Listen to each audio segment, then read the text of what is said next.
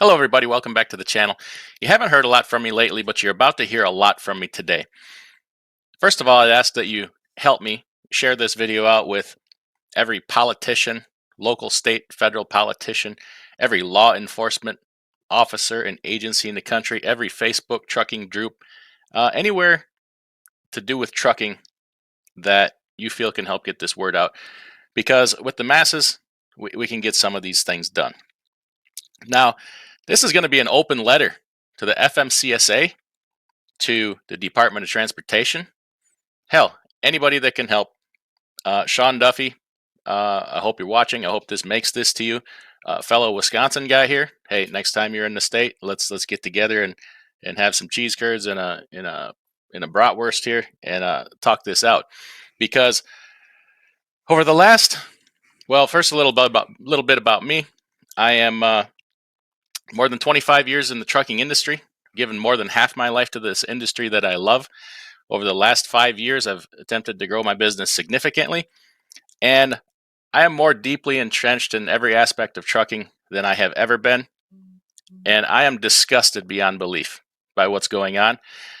Had it up to here with all of it, and I see a lot of people talking about some of the issues that are going on right now, but they stop short of saying the whole deal. And I'm just going to say it all out there today because I don't hear anybody else talking about it. And is anything going to get done? Maybe, maybe not. We have an administration now that claims to care about these things. I got no dog in that fight, so we'll see one way or another. I welcome any inquiries to have further discussions about this. Next, anybody who claims this to be racially or hatefully motivated, go find yourself a better argument. Go get yourself informed, or just don't watch. Go find something else to do in your safe space. Now, to the FMCSA. While you continue to push cathartic non-issues such as speed limiters, broker transparency, the hours of service, etc., etc., etc., and completely ignore the real issues in trucking that are leading to the destruction of the industry that I've given most of my life to and that I love and that provides for my family as well as many other hardworking Americans. Trucking and farming are the backbone of this country. And I'm not going to sit here anymore and be nice about it and watch it destroyed. Watch it destroy my way of living. If all I can do is get the word out, then that's my place. Then that's what I will do. If I can do more, I will do more. Everybody to their abilities. But I'm damn sure going to tell the truth about it.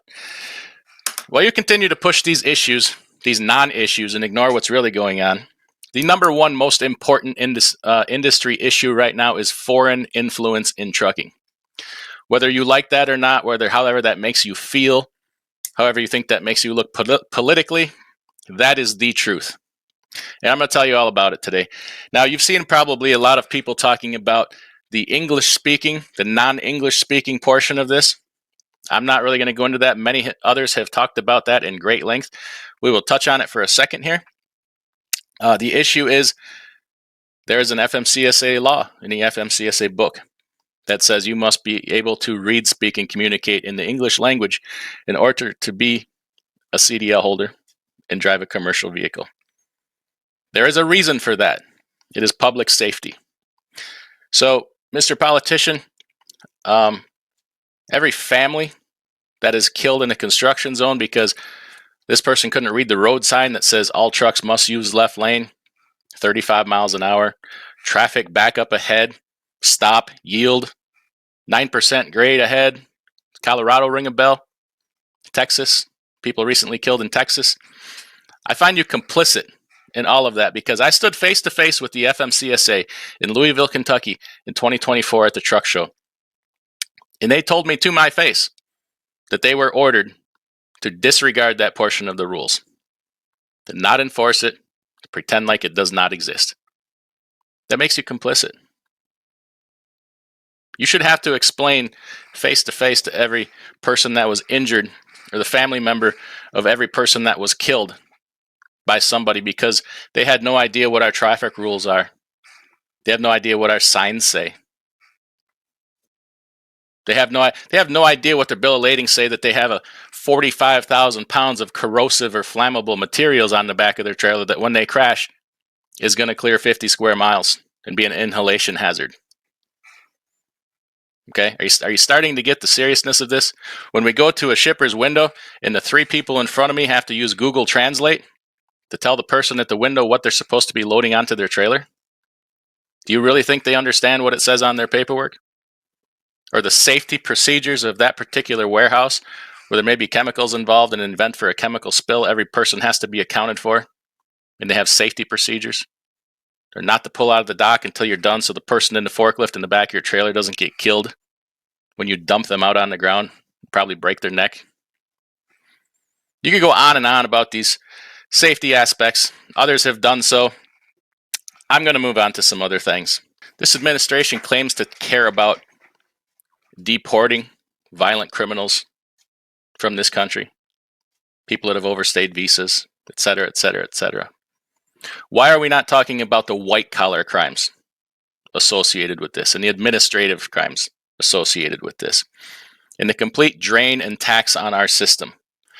We can't place the blame squarely on the shoulders of the current administration. They've been in power for several months.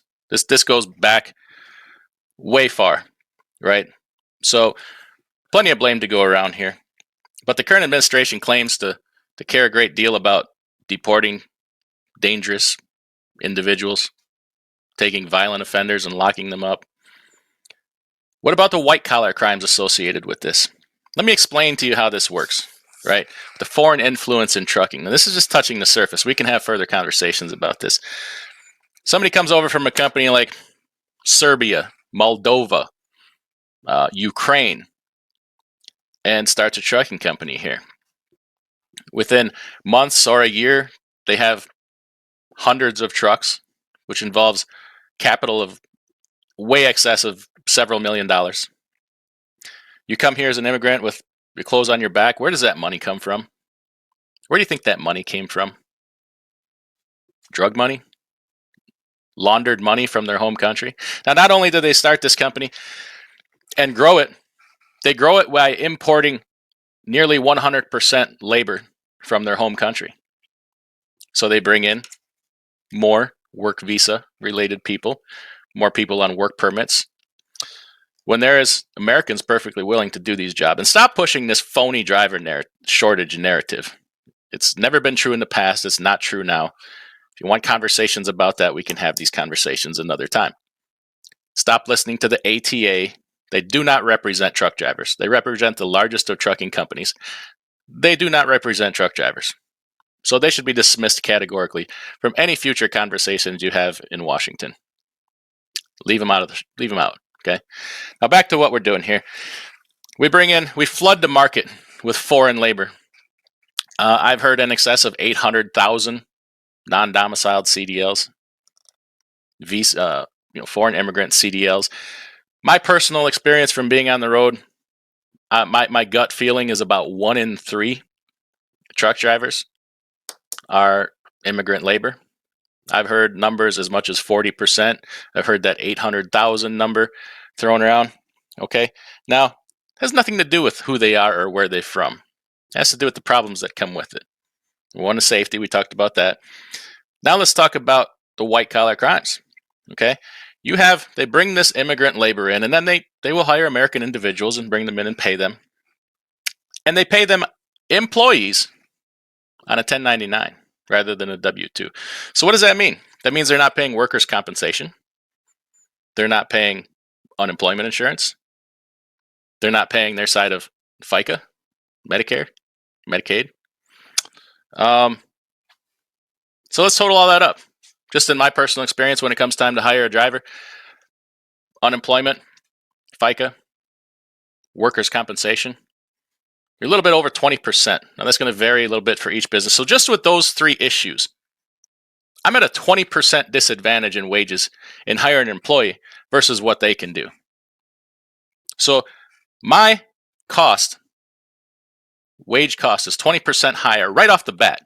Now this is wages. One issue, one segment of employing somebody running a business. I'm at a 20% disadvantage right off the bat. How do I compete with that? It makes it hard for me to hire people. As a compliant trucking business in this country, American citizen, I'm at a 20% disadvantage right off the bat. This is not anecdotal things that I'm saying here. This is the general rule of thumb of how things are done. This is not the exception to the rule. This has become the rule. And if you want to have conversations about that, let's get together and we'll point some fingers at some people, right?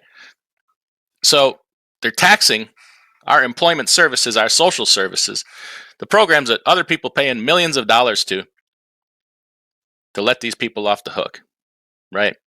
So when one of their employees gets hurt, I and people like me and the people that work for me have to take up the slack to make sure that their medical bills are paid because they didn't pay in any workers' compensation. When they lose their job, the rest of us have to pick up the tab for their unemployment. They have no medical benefits because they're not employees. We can go on and on with these things. They're taxing our services at an unfair level. The rest of us have to pick up the tab. Now let's go past that a little bit. Let's talk about costs of doing business. And this is one of the biggest issues. And if you don't do something about this, you're going to destroy trucking. There will be no compliance in trucking. You will not be able to be a compliant trucking company because you can't compete against what is happening here. And this goes back to public safety and a whole bunch of things. Hours of service and log resets. This is rampant in the industry, and it is primarily in these foreign companies. They use services to go in and falsify driver logs to reset hours of service to allow these drivers to run indefinitely 30, 40, 50%, 100% more miles than a driver can run in a compliant company. And that is fact. You ask a truck driver, stop asking the ATA, stop asking companies, ask truck drivers what's going on. Because we see this every day in the industry. So you tell me, insurance, equipment, things like that are all my fixed costs. What happens to fixed costs when you can dilute them down by running 50% more paid miles than I can with a compliant company? If my trucks can run 25 to 3,000 miles a week, 2,500 to 3,000 miles a week, and their trucks are running 5,000 miles a week, their fixed costs of doing business, which are the largest costs, equipment and insurance and so forth, are diluted down to nothing. So right off the bat, it puts me at another, figure the percentage, 20, 30% disadvantage right off the bat before we even leave the parking lot. So far I'm at, 30 to 40% total disadvantage and penalty for being a compliant company. And this is day after day. Drivers are dumb enough to tell you. You walk right up to them and ask them, does your company do log resets? Yeah. They'll even tell you the company that does it. So if you want to find out, why don't you look into that and end that? I'm not a big fan of your rules of service and some of the rules, but we operate within those rules. And if we don't all have to operate within those rules, then nobody should have to. So it's good for all of us, or it's good for none of us. And if you're too afraid to do anything about this because of political gain or the way it makes you look in a certain fashion with certain voters and populations, then maybe you should step aside. You're not in a position to be over public safety. These things have become such a big problem in the industry and so populated in the industry that these people are now starting to fill ancillary positions around just driving truck. You're talking about mechanical shops that will falsify inspections. You're talking about, and probably the main one here we're talking about is insurance companies. They're starting to have their own insurance companies and falsify insurance documents. This is being seen over and over and over again. I'm a small company, yet I still pay well over $100,000 a year for insurance. Now that's small compared to a lot of people pay. I see insurance rates year after year increases of 30%. And the insurance agent will tell me straight up, this is because of all the accidents and incidents that are happening due to these foreign truck drivers. They flee the scenes of accidents and truck stops. They will rip your bumper off, rip the hood off your truck, and keep on driving because driving is culturally different in different countries. It Doesn't matter what color you are. It has nothing to do with what color you are, where you come from. You need to be trained. There is no training going on, because if I'm running a company from Pakistan, Moldova, right? I'm running my company from there and just have an address here in the United States. You tell me how I'm ever road testing a driver, how I'm training a driver, how there is any accountability for anything that a dispatcher or a company does for coercion, safety. How are you going to go after a dispatcher in Ukraine? You tell me that. There is zero accountability. That is part of the problem with what is going on. There can be no accountability because there is nothing you can do with them outside of the United States. Which will bring us to our biggest issue, which I've heard nobody talk about in a second. But back to the insurance. The gig is you have 20, 30, 40, 50, 100 trucks. You will maybe insure 10 of them, 1 of them, 20 of them, 10% of the trucks, 25% of the trucks, and you will falsify and Photoshop that insurance certificate and put it in each and every truck. So if you have 50 trucks, you may be paying insurance on 10 trucks. Now tell me how I compete with that. One of my largest costs. My second largest fixed cost behind the cost of the equipment. All of these things are unfair business competitive advantages, and there's laws against that. There's laws against gouging, collusion, undercutting. You could make cases for all of these things. I'm no lawyer, but I am a thinker, and I'm seeing these things happen right in front of me. The complete destruction of this industry, and it's just being allowed to happen. Now let's talk about the final thing. This may be the most important thing. Maybe not now. In the future, perhaps. National security. Trucking is part of national security. You could think about it on just about every level. So you're taking mostly military-aged young men, foreign nationals from other countries, many countries who are not friendly to the United States. You may be taking them in as refugees. And where are they going to go? They get put to work in trucking. Because one, it's about the best money they're going to make for having no real skills. You apparently don't have to speak English because some states will let you take the CDL test in 9 different languages, and you can have an interpreter sit with you at the computer. You don't have to speak English. You don't really have to. You got a place to live right off the bat. Okay, seeing where this is going. Trucking attracts immigration. That's okay. In and of itself is okay. But there has to be training. There has to be a lot of things that go on. Education. And you have to be able to speak English. Now, let's go back to that. You're importing hundreds of thousands of mostly military-age young men into this country. And you are giving them the most intimate details of our supply chain, our food supply, and they know how to gain access to everything. Trucking, you gain an immense amount of knowledge about how things work, right? This is enough information to cause huge damage to this country. Should it ever come to that, or should somebody ever want to? And we don't really need to go any further than that.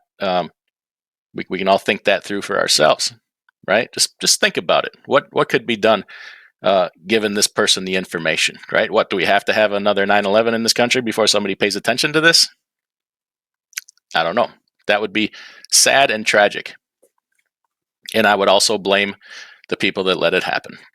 If you are an immigrant that came to this country, made a trucking company, made good on that and did things the right way and abide by the rules, good for you. Congratulations. You could use more people like you.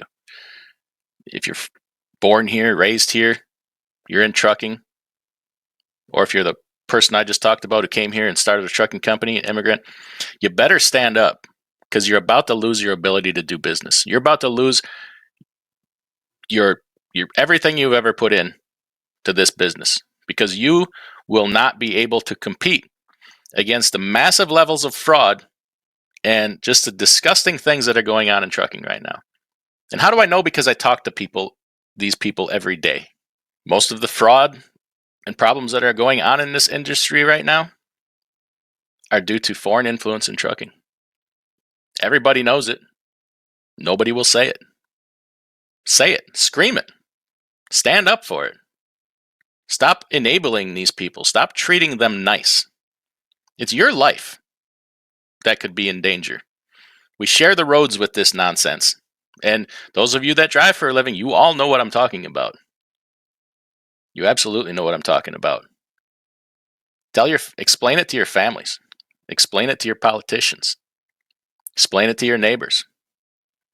And tell them to take action. And what actions can be taken? Well, number one, a lot of states are, well, let me back up a second. A lot of states are doing exactly what the federal government is doing. Nonsensical, cathartic measures that make people feel good, but they really don't do anything. Arkansas now is proposing fining people $500 if you're stopped at a CDL and don't speak English. Okay, then what? You pay the $500? That magically makes you speak English and read road signs? No, immediate out of service. If you pulled into a way station and the brakes on 3 of your axles were gone or missing, you would be put out of service until that problem is remedied. If you pull in and you can't communicate and speak English, you are out of service until that problem is remedied. The FMCSA has a new place on their website, a new process for filing for an authority where you have to upload a CDL, right, and a picture. What the hell does that matter if you can upload a CDL from all these different countries?